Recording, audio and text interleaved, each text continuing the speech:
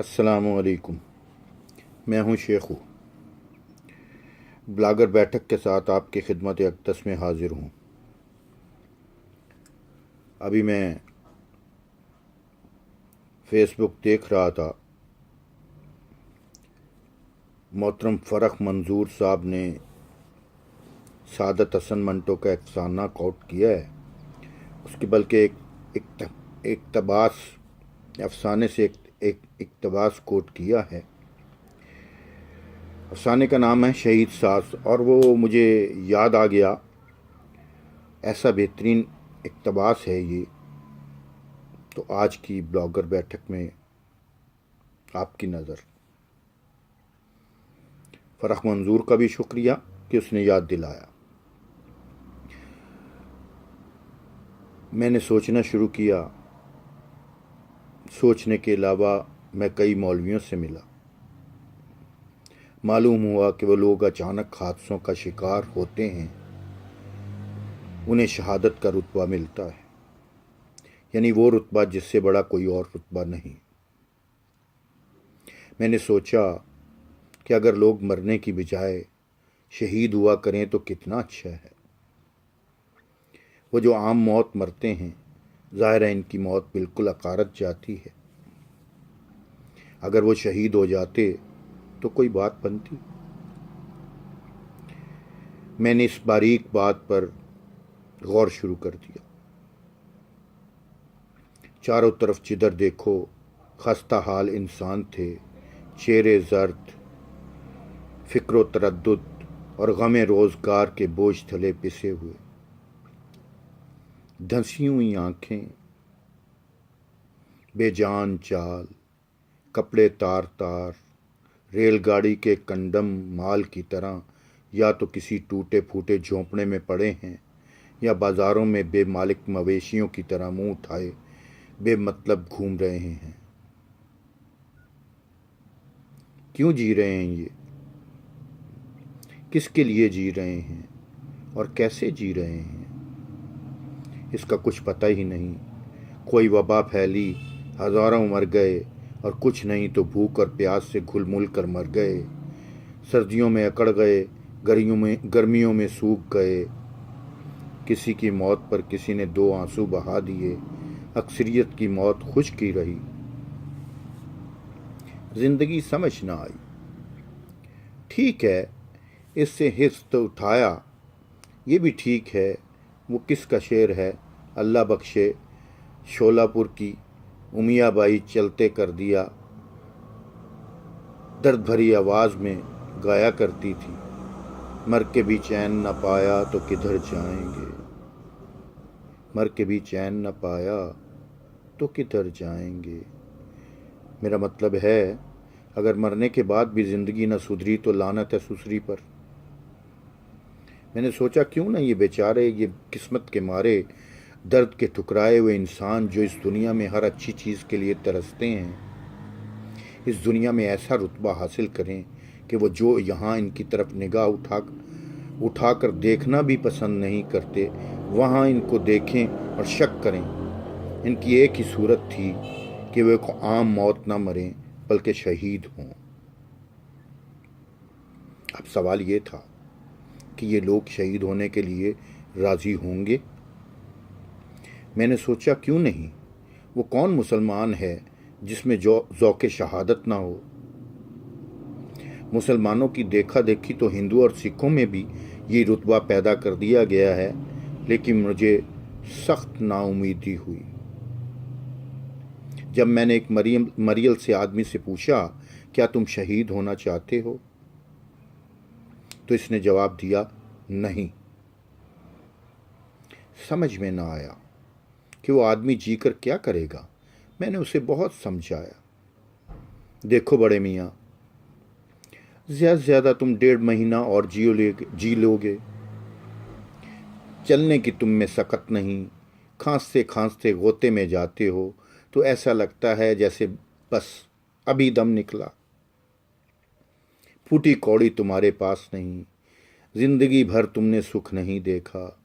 मुस्तकबिल का तो सवाल ही पैदा नहीं होता। फिर और जीकर क्या करोगे? فوج میں تم بھرتی ہو نہیں سکتے، اس لیے محاذ پر اپنے وطن کی خاطر لڑتے لڑتے جان دینے کا خیال بھی ابس ہے۔ اس لیے کیا یہ بہتر نہیں کہ تم کوشش کر کے یہیں بازار میں یا ڈیرے میں جہاں تم رات کو سوتے ہو اپنی شہادت کا بندوبست کر لو؟ اس نے پوچھا، یہ کیسے ہو سکتا ہے؟ میں نے جواب دیا، یہ سامنے کیلے کا چھلکا پڑا ہے، فرض کر لیا جائے تم اس پر سے پھسل جاؤ، ظاہر ہے کہ تم مر جاؤ گے اور شہادت کا رتبہ پاؤ گے، پر یہ بات اس کی سمجھ میں نہ آئی۔ کہنے لگا، میں کیوں آنکھوں دیکھے کسی کیلے کے چھلکے پر سے پھسل جاؤں اور مر جاؤں؟ کیا مجھے اپنی جان عزیز نہیں؟ اللہ اللہ، کیا جان تھی! ہڈیوں کا ڈھانچہ، جھریوں کی گھٹڑی۔ مجھے بہت افسوس ہوا، اور اس وقت اور بھی زیادہ ہوا جب میں نے سنا کہ وہ کمبخت جو بڑی آسانی سے شہادت کا رتبہ اختیار کر سکتا تھا، خیراتی ہسپتال میں لوہے کی چارپائی پر کھانستا کھانستا مر گیا۔ ایک بڑھیا تھی، منہ میں دانت نہ پیٹ میں آنت، آخری سانس لے رہی تھی۔ مجھے بہت ترس آیا۔ ساری عمر غریب کی مفلسی اور رنج و غم میں گزری تھی۔ میں اسے اٹھا کر ریل کے پاٹے پر لے گیا۔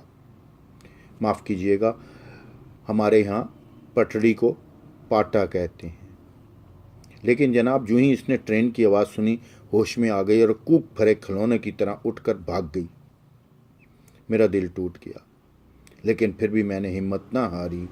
بنیے کا بیٹا اپنی دھن کا پکا ہوتا ہے۔ نیکی کا جو صاف اور سیدھا راستہ مجھے نظر آیا تھا، میں نے اس کو اپنی آنکھ سے اوجھل نہ ہونے دیا۔ مغلوں کے وقت کا ایک بڑا احاطہ خالی پڑا تھا۔ اس میں ایک 151 چھوٹے چھوٹے کمرے تھے۔ معافی چاہتا ہوں۔ اس میں 151 چھوٹے چھوٹے کمرے تھے۔ بہت ہی خستہ حالت تھی۔ میری تجربہ کار آنکھوں نے اندازہ لگا لیا کہ پہلی بڑی بارش میں سب کی چھتیں ڈھہ جائیں گی۔ چنانچہ میں نے اس احاطے کو 10,500 روپے میں خرید لیا۔ اس میں 1,000 مفلوق الحال آدمی بسا دیے۔ 2 مہینے کرایہ وصول کیا، 1 روپیہ ماہوار کے حساب سے۔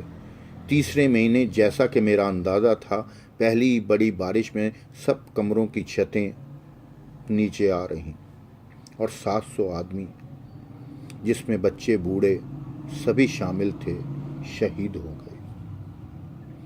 وہ جو میرے دل میں بوجھ سا تھا، کسی قدر ہلکا ہو گیا۔ آبادی میں سے 700 آدمی کم بھی ہو گئے، لیکن انہیں شہادت کا رتبہ بھی مل گیا۔ ادھر کا پلڑا ابھی بھاری ہی رہا۔